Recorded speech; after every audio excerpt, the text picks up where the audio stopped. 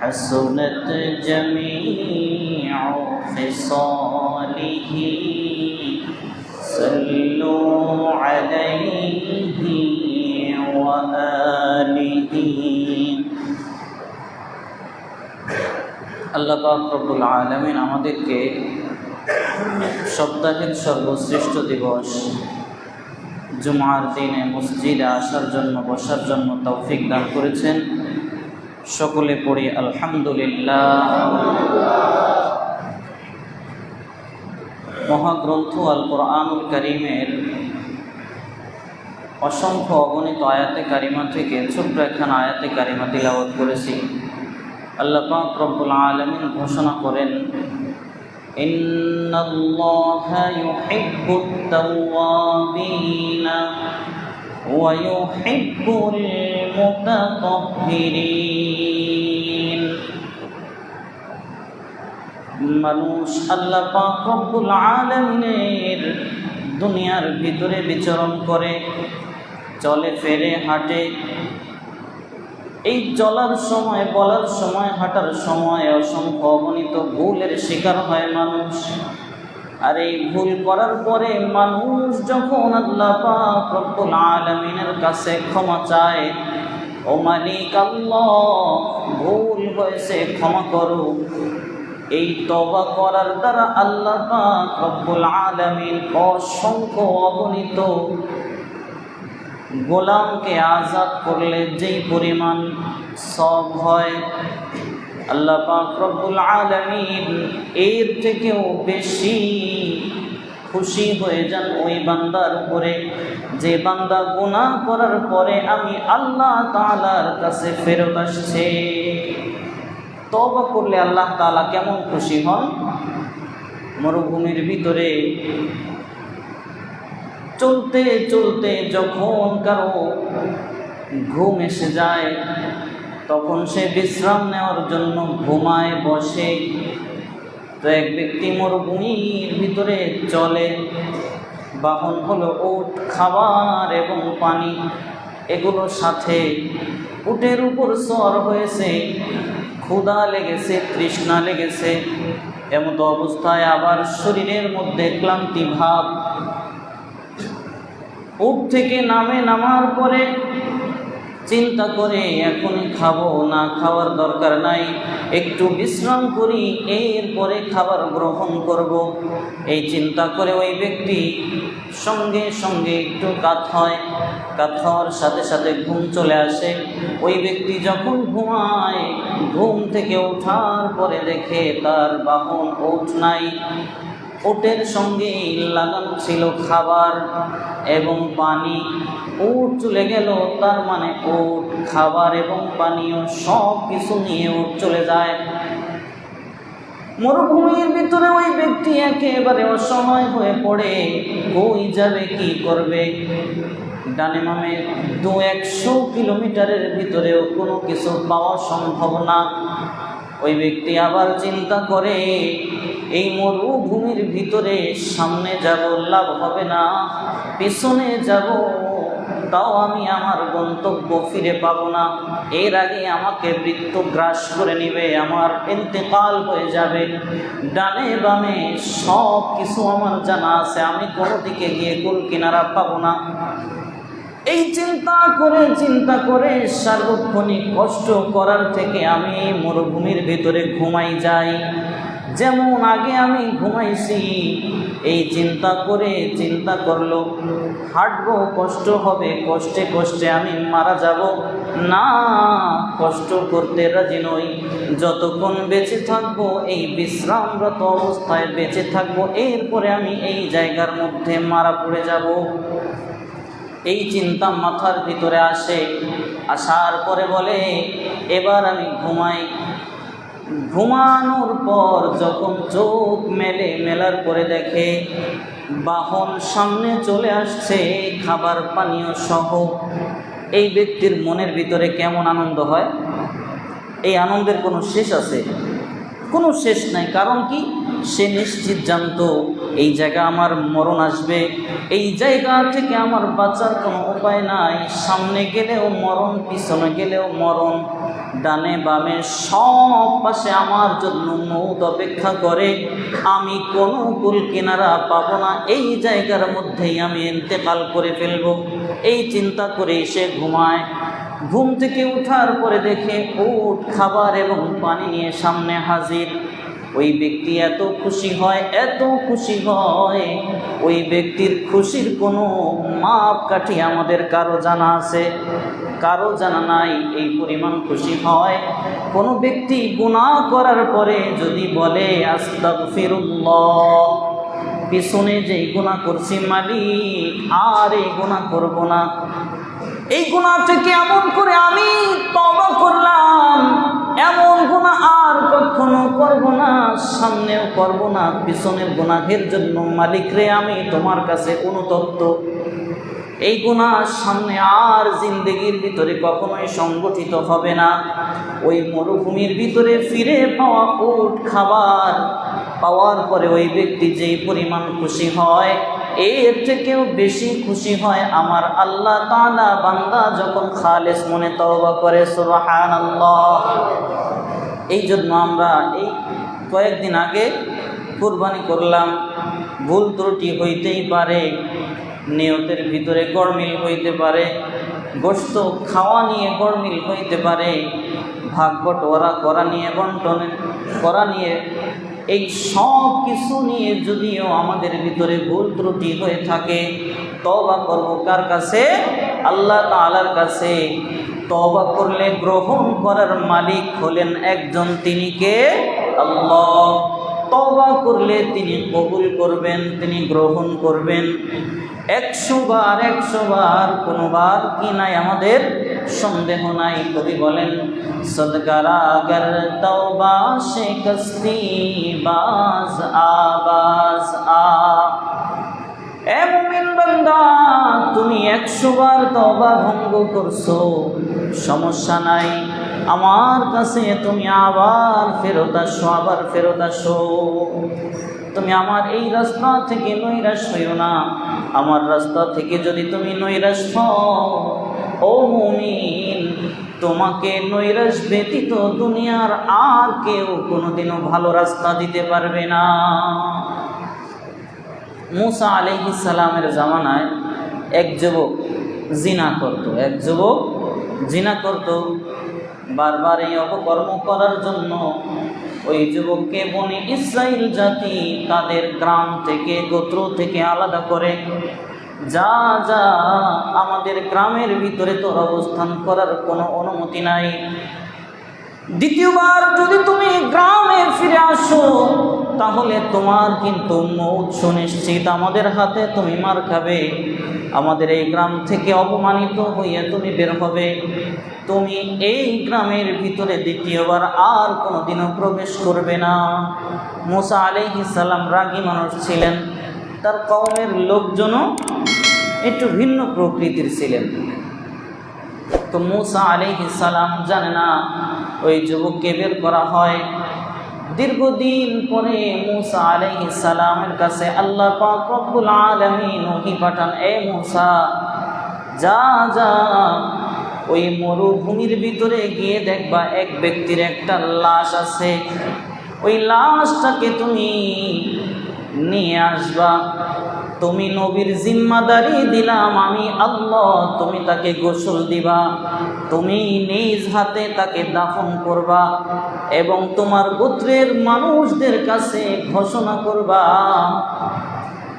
এই ব্যক্তির জানাজা যারা যারা পড়বে, যারা যারা এই জানাজার নামাজে অংশগ্রহণ করবে, আল্লাহ পাক রব্বুল আলামিন তাদের জীবনের পিছনের সব গুনাহগুলি মাফ করে দিবেন। সুবহানাল্লাহ। মুসা আলাইহিস সালাম আল্লাহ পাক রব্বুল আলামিনের সংবাদ পেয়ে মরুভূমির দিকে রওনা হয় সাথী সঙ্গীদেরকে নিয়ে।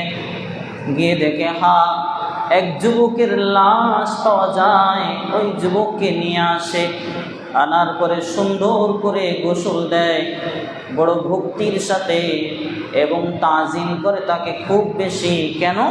আল্লাহ তাআলা অর্ডার করছে তুমি এই যুবকের গোসল দিবে, তুমি এই যুবকের জানাজার নামাজের ইমামতি করবে, তুমি নিজ হাতে দাফন করবে, মানে কবরস্থ করবে, তুমি নিজ হাতে কবরের ভিতরে নামাবে। তাহলে এই যুবক যদি আল্লাহ তাআলার বড় পেয়ারা বান্দা না হয়, তাহলে ওই যুবকের গোসল দাফন কাফনের দায়িত্ব আল্লাহ তাআলা নবীদেরকে দিতে পারেন না। মুসা আলাইহিস সালাম নিয়ে আসে, তো দাফন কার্য সম্পাদন করবে। লোকদের ভিতরে ঘোষণা হয় আজকে নবী মুসা পয়গম্বর একটা লাশ নিয়ে আসছে, যারা এই লাশের জানাজার নামাজ আদায় করবা তাদের সকলের জীবনের পিছনের সব গুনাহগুলি আল্লাহ তাআলা মাফ করে দিবেন। বনি ইসরাইলের গোত্রের ভিতরে যখন এই ঘোষণা হয়, সকল মানুষ চিন্তা করে আমরা বনি ইসরাইল তেড়া জাতি, ঘাড় তেড়ামি করছি, আল্লাহ তাআলা যদি পিছনের গুনাহগুলি মাফ করে দেন, এর থেকে সৌভাগ্যের বিষয় আর কি হইতে পারে। মুসা আলাইহিস সালামের ঘোষণা মতে বনি ইসরাইলের সমস্ত মানুষগুলি জানাজায় অংশগ্রহণ করে। এরপরে বনি ইসরাইল বলে আমরা তো এই ব্যক্তির জানাজার নামাজ পড়লাম, আল্লাহর নবী ঘোষণা করলেন আমাদের পিছনের সব গুনাহ খাতাগুলি মাফ করে দিবেন। তাহলে এমন সৌভাগ্যশীল ব্যক্তি, আল্লাহ তাআলার এমন প্রিয় বান্দাকে, তাকে একটা নজর একটু দেখতে পারি কিনা। মুসা আলাইহিস সালামের কাছে আবেদন করে, ও নবী, আমাদের পয়গম্বর মুসা আলাইহিস সালাম এমন আল্লাহ তাআলার প্রিয় বান্দা, যার জানাজা পড়লে পিছনের জীবনের গুনাহগুলি মাফ করে দেয় আল্লাহ তাআলা, তার চেহারা মোবারকখানা আমাদেরকে একটু দেখানো যাবে কিনা। আল্লাহ তাআলার অর্ডার হয় দেখাও। বনি ইসরাইল এই জাতি যখন চেহারার দিকে তাকায় তখন সবাই চিন্তিত হয়ে যায়, হায় হায় রে, এই ব্যক্তিকে তো জিনার অপরাধের জন্য আমরা দীর্ঘ কয়েক বছর আগে আমাদের গ্রাম থেকে তাড়িয়ে দিয়েছিলাম। গ্রামের ভিতরে ঢোকার কোনো অনুমোদন ছিল না, না ছিল তার খাবার দাবারের ব্যবস্থা, না ছিল তার ধন দৌলত। এত বছর কই ছিল, থেকে আল্লাহ তাআলার এত প্রিয় বান্দা হইল। মুসা আলাইহিস সালামের কাছে আল্লাহ পাক রব্বুল আলামিন ওহী পাঠায়, ও মুসা, তুমি তোমার গোত্রের মানুষদেরকে জানাইয়া দাও, এই ব্যক্তিকে যখন তোমরা গ্রাম থেকে তাড়াইয়া দিলে, এই ব্যক্তির তো ডানে বামে কোনো জায়গা যাওয়ার জায়গা ছিল না, ব্যক্তি ছিল অসহায় দরিদ্র। তোমরা যেই অপরাধের জন্য তাকে ঘর থেকে বের করলে, গ্রাম থেকে ছাড়া করলে, এই ব্যক্তির কয়েকটা বকরি ছিল, এই বকরিকে সম্বল করে সে মরুভূমি প্রান্তরে রওনা হয়ে যায়। মরুভূমির দিকে একা একা চলতে থাকে, আর ওই মরুভূমির ভিতরে একটা জায়গা বেছে নেয়, এই জায়গার ভিতরে হিংস্র জন্তু জানোয়ারের আক্রমণ কম হয়। ওই জায়গার ভিতরে যাওয়ার পর ওই জায়গার ভিতরে বসবাস শুরু করে। সারাদিন আল্লাহ তাআলার কাছে রোনাজারি করে, আল্লাহ, যে অপরাধের জন্য গ্রাম ছাড়লাম, গ্রামের মানুষ আমাকে তাড়াইয়া দেয়, গ্রামের মানুষ আমাকে দুইটা চোখ পেতে দেখতে পারে না, ও মালিক আল্লাহ, এই মরুভূমির ভিতরে তুমি ছাড়া আমার আর কেউ নাই, তুমিও যদি আমাকে তাড়াইয়া দাও আমি কই যাব। ও মালিক আল্লাহ, তুমি তো গফুর, তুমি তো গফফার, তোমার একটা সিফতি নাম সত্তার, গুনাহ মাফ করে তুমি ঢাইকা দাও। আল্লাহ গো, আমাকে যদি তুমিও তাড়াইয়া দাও তাহলে আমার যাওয়ার মতো আর কোনো জায়গা নাই। দৈনন্দিন তওবা করে আর সারা দিবস করে বকরির দুধ দহন করে আর একটু দুধ পান করে, আবার যখন সকাল হয় বকরিগুলো মাঠে চড়ায় আর আল্লাহ তাআলার কাছে কান্নাকাটি করে। হঠাৎ করে এই ব্যক্তির একদিন জ্বর আসে। জ্বর আসার পরে ওই ব্যক্তির এমন অবস্থা হয়, জ্বর এত পরিমাণে আসে তার কাছে মনে হয় আর আমি বাঁচব না। বড় আশা নিয়ে ডান দিকে তাকায়, আল্লাহ তাআলার কাছে তো তওবা করেছি, না জানি আল্লাহ তাআলা কাউকে পাঠায় কিনা, দেখি ডান দিকে তাকায়, মৌতের যন্ত্রণা শুরু হয়ে যায়। এই জ্বর থেকে সে ভাবে আমি বুঝি আর এই জ্বর থেকে পরিত্রাণের কোনো ব্যবস্থা পাবো না, আমার ইন্তেকাল হয়ে যাবে। এরপরে মনের আশা নিয়ে ডানে তাকায়, দেখি কোনো মানুষ আমাকে সাহায্য করতে আসে কিনা। আবার বাম দিকে তাকায়, দেখি কোনো মানুষ আমার জন্য সাহায্যকারী হয়ে আসে কিনা।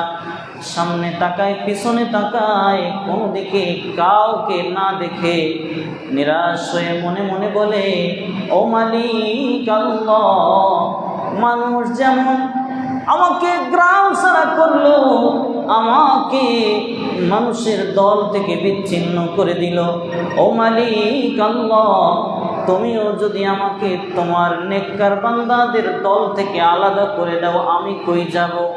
ও মালিক, আমার মনে হয় কিছুক্ষণের মধ্যেই ইন্তেকাল হয়ে যাবে। আল্লাহ গো, তোমার কাছে মৃত্যুর এই আগ মুহূর্তে ফরিয়াদ করি, আমাকে তোমার নেককার বান্দাদের কাতার থেকে দূরে ঠেলে দিও না, কারণ তুমি মালিক আল্লাহ ছাড়া আমার আর কেউ নাই। মরণের আগের এমন তওবা আল্লাহ তাআলার কাছে এত বেশি পছন্দ হয়েছে, নবী মুসা আলাইহিস সালামকে আল্লাহ তাআলা ওহীর মাধ্যমে বলে, ও মুসা, ওই ব্যক্তি তো তোমাদের যন্ত্রণায়, তোমাদের এই মহল্লাবাসীর তাড়নায় এমনভাবে আমার থেকে নৈরাশ হয়েছে, মনে করছে আমি আল্লাহ তাআলা বুঝি আর তাকে মাফ করব না।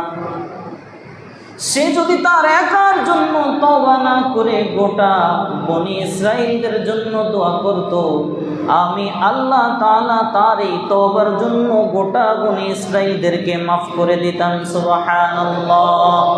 ভাই, আমি তো মাফ করে দিতে পারতাম, এই জন্য চিন্তা করলাম সে তো দোয়া করে নাই, এই জন্য তার জানাজায় যত মানুষ অংশগ্রহণ করবে সব মানুষদেরকে তার ওসিলা করে আমি মাফ করে দিলাম। সুবহানাল্লাহ। এই জন্য ভালো মানুষদের সংস্পর্শ দরকার আছে। গুনাহ মাফ করলে আল্লাহ তাআলা কেমন করে মাফ করেন? দোকানদার যদি টাকা পায় তাইলে দোকানদার খাতার আগা থেকে গোড়া পর্যন্ত এক টান দিয়ে কাটে না, এক টান দিয়ে কাটে। পরবর্তীতে ওই ব্যক্তি কিন্তু খুললে বোঝে যে হ্যাঁ, অমুকের কাছে আমি বাকি বিক্রয় করছিলাম। আল্লাহ তাআলা কি করেন? আল্লাহ তাআলার খাতাটা এমন সিস্টেমের খাতা, এই খাতা থেকে এই খাতাগুলো লেখে কার? আল্লাহ তাআলার খাতা ফেরেশতারা। আল্লাহ পাক রব্বুল আলামিন বলে, ও বান্দা, তুই যখন গুনাহ করিস ওই গুনাহটা ফেরেশতারা লেখে, লেখার পরে আবার যখন তুই তওবা করিস, তওবা করার সঙ্গে সঙ্গে আমি আল্লাহ পাক রব্বুল আলামিন এমনভাবে ওই খাতা থেকে মুছে দেই, জীবনে আর কোনোদিনও কেউ ওই খাতার মধ্যে তোর নাম খুঁজে পাবে না। সুবহানাল্লাহ।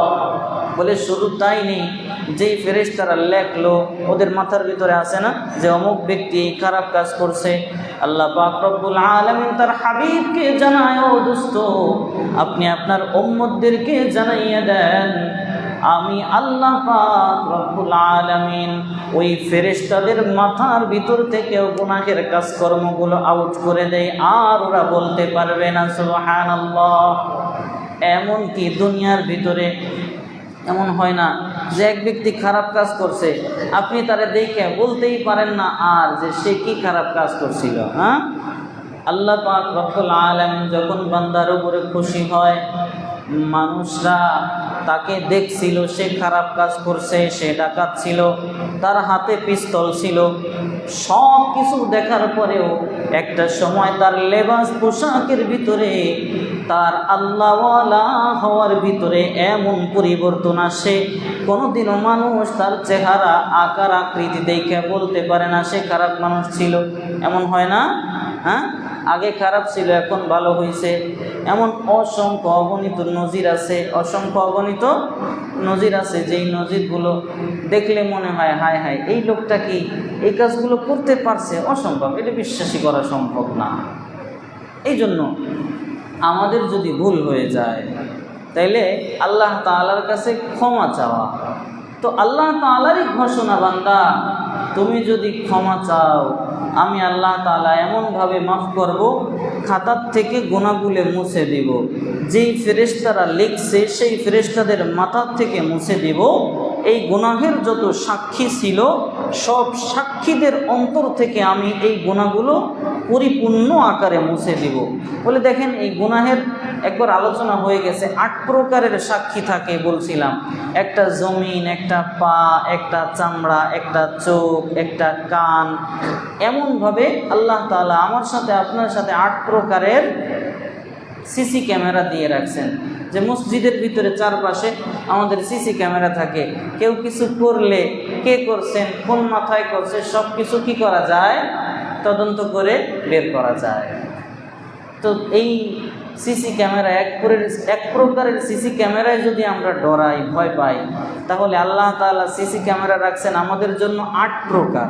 হ্যাঁ, শব্দ সহ। যেমন আমাদের সিসি ক্যামেরায় কি পাওয়া যায় না, সাউন্ড পাওয়া যায় না, শুধু ছবি পাওয়া যায়, ভিডিও পাওয়া যায়।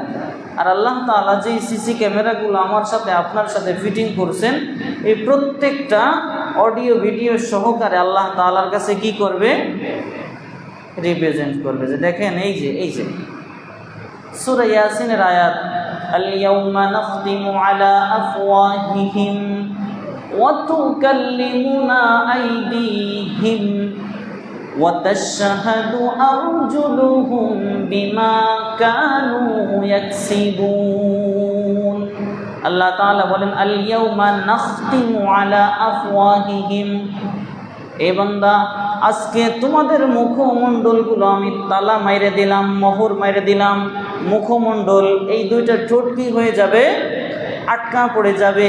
এই ঠোঁট চাইলে আমি আর খুলতে পারবো না। আল্লাহ তাআলার কাছে বলার চেষ্টা করবো, আল্লাহ আমি এই খারাপ কাজ করি নাই, মিথ্যা কথা বলতে চেষ্টা করব। আল্লাহ পাক রব্বুল আলামিন এই সুযোগ আমাদেরকে কি করবেন না, দিবেন না। এর আগেই, আমি বলার আগেই কি করবেন, এই ঠোঁট আটকাই দিবেন। ওয়া তুকাল্লিমুনা আইদিহিম, তোমার হাত দুইখানা আল্লাহ তাআলার সাথে কথা বলবে। ওয়া তাশহাদু আরজুলুহুম বিমা কানু ইয়াকসিবুন, আমি আর আপনি এই পা দিয়ে চুরি করতে গেছি, এই পা দিয়ে বড় একজনকে লাথি মারছি, এই পা দিয়ে ছিনতাই রাহাজানি হত্যা করার জন্য চলছি।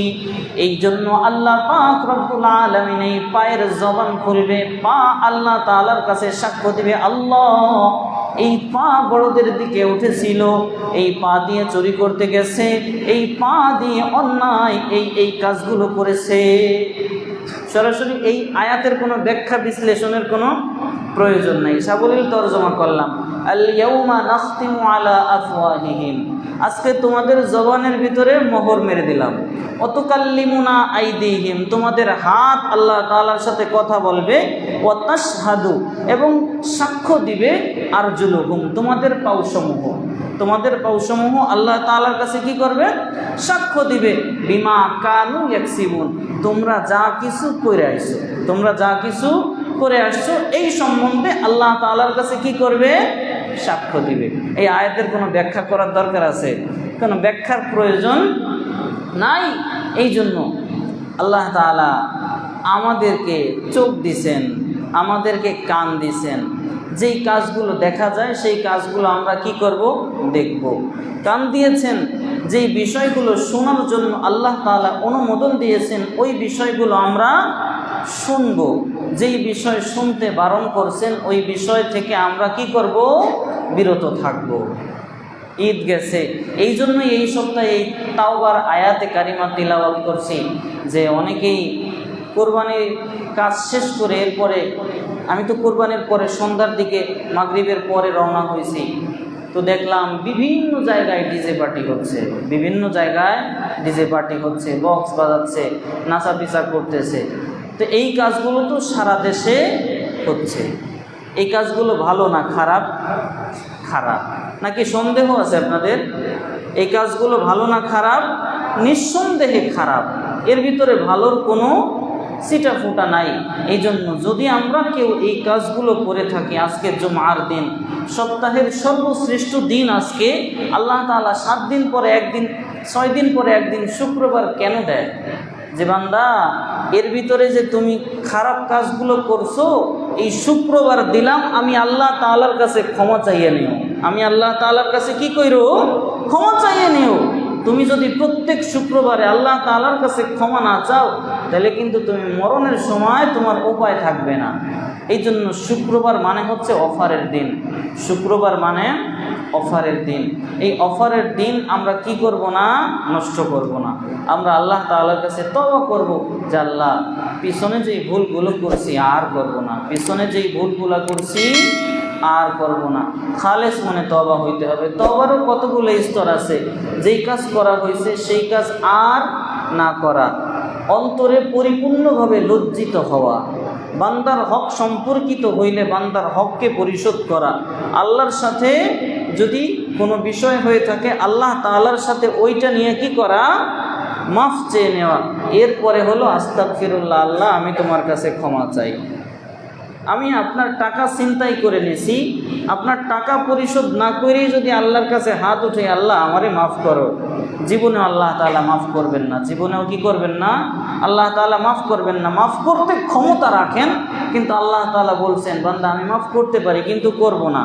কারণ হচ্ছে তোমরা ভাই ভাই যে দ্বন্দ্ব হয়েছে, ভাই ভাই যে গালিগালাজ করছিলা, তুমি যেই দুইজন তোমরা করছো, তারা আগে কি করো? সংশোধন হও। তুমি তার কাছে মাফ চাও, সে তোমার কাছে মাফ চাক। এই প্রক্রিয়ায় এরপরে তুমি আমার কাছে আসো। এছাড়া আল্লাহ তাআলার কাছে সেজদায় পড়ে মৌত পর্যন্ত যদি আমি কপালে দাগ ফেলাই রাখি, বান্দার হক নষ্ট করি, আল্লাহ তাআলা ক্ষমা করবেন না। আল্লাহ তাআলা ক্ষমা করবেন না। যদি এই প্রকারের হয়ে থাকে বান্দার কাছে ক্ষমা চাওয়া। যদি আল্লাহ তাআলার সংশ্লিষ্ট কোনো অপরাধ হয়ে থাকে, আল্লাহ তাআলার সাথে সেইটা কি করা যায়? আল্লাহ আমি তো এই কাজগুলো করছিলাম, আমি তোমার কাছে ক্ষমা চাইতেছি, আর করব না। কিন্তু মনে মনে থাকলো যে এই ঈদে গান বাজনা করছি, এই ঈদে আমি সুদ ঘুষের টাকা দিয়ে কোরবানি করছি, দেখা যাক আগামী ঈদ পর্যন্ত তওবা করলাম, আবার ঈদের সময় এই খারাপ কাজ করব। যদি নিয়তের ভিতরে এমন হয়, আল্লাহ তাআলা কি করবেন না? ক্ষমা করবেন না। পরিপূর্ণ খালেসভাবে আল্লাহ তাআলার কাছে ফিরে আসা। যদি খালেসভাবে ফিরে আসি, আল্লাহ তাআলা ঘোষণা করেন যে বান্দা তুই আমার রহমত থেকে নৈরাশ হইস না, তুই আমার দিকে ফিরে আয়। আল্লাহ তাআলা কোরআনে কারিমে ঘোষণা করেন, কুল ইয়া ইবাদিয়াল্লাযীনা আসরাফু আলা আনফুসিহিম লা তাকনাতু মির রাহমাতিল্লাহ। ও নবী মুহাম্মদুর রাসূলুল্লাহ সাল্লাল্লাহু আলাইহি ওয়াসাল্লাম, বল আপনি বলে দিন, ইয়া ইবাদি, হে আমার বান্দা, আল্লাযীনা আসরাফু আলা আনফুসিহিম, যারা নিজেদের উপরে জুলুম করছো, আল্লাযীনা আসরাফু আলা আনফুসিহিম, যারা নিজেদের উপরে প্রচণ্ডভাবে জুলুম করেছো। নিজেদের উপরে জুলুম করে কেমন করে? যেই বিধান আল্লাহ তাআলা কার্যকর করতে বলছে ওই বিধান কার্যকর না করা, অন্যভাবে চলা, এইটাই নিজের উপরে নিজে জুলুম করা। আরবিতে বলা হয় ওয়াজউশ শাইই ফি গায়রি মুহাল্লিহি ফাহুয়া যুলমুন, যে যেই জিনিস যেই জায়গায় রাখার কথা ওই জিনিস ওই জায়গায় না রাখাটা জুলুম। আল্লাহ তাআলা আমাকে কপাল রাখতে বলছে, কুদরতি পায়ের মধ্যে রুকু দিতে বলছে, সোজা হয়ে দাঁড়িয়ে সূরা কিরাত পড়তে বলছেন। এই কাজগুলো এইভাবে না করা, আল্লাহ তাআলার হুকুম 5 ওয়াক্ত নামাজ পড়া, নামাজকে আদায় না করা, যাকাত দেওয়া, সদকা করা, অর্থ সামর্থ্য যদি ভালো হয় হজ করা, এই বিধানগুলো কার্যকর না করার নামই হচ্ছে জুলুম করা, নিজের উপরে নিজে জুলুম করা। আল্লাযীনা আসরাফু আলা আনফুসিহিম, যারা নিজেদের উপরে জুলুম করেছো, লা তাকনাতু মির রাহমাতিল্লাহ, পিছনে তো জুলুম করলা, এখন তুমি আমার রহমত থেকে নৈরাশ হইও না। ভুল করছো ভালো কথা, এই জন্য তওবা করো, আমি আল্লাহ তাআলা রহমত দিয়ে তোমাকে মাফ করে দিব। সুবহানাল্লাহ। এই জন্য ঈদের সময় ভুল হয়ে যায়, যুবকদের রক্ত গরম থাকে। আমিও যদি কোরআন হাদিস না পড়তাম, আল্লাহ মাফ করেন, আমিও তো হয়তোবা তাদের দলের একজন হয়ে যাইতাম। আপনিও যদি কোরআন হাদিস না বুঝতেন, না পড়তেন, না জানতেন, তাহলে আপনিও হইতে পারতেন। এই জন্য শয়তানের ধোঁকায় যে কেউ পড়তে পারে। আল্লাহ তাআলা শয়তানের ধোঁকা থেকে আমাদের সবাইকে বাঁচার জন্য তৌফিক দান করেন। সবাই পড়ে আমিন। এই জন্য আমরা খালেস মনে তওবা করব, আল্লাহ তাআলার কাছে দোয়া করব, আল্লাহ তাআলা যেন আমাদের সবাইকে ক্ষমা করেন এবং খালেসভাবে তওবা করার জন্য তৌফিক দান করেন। সবাই পড়ে আমিন। ওয়া আখির দাওয়ানা আলহামদুলিল্লাহ।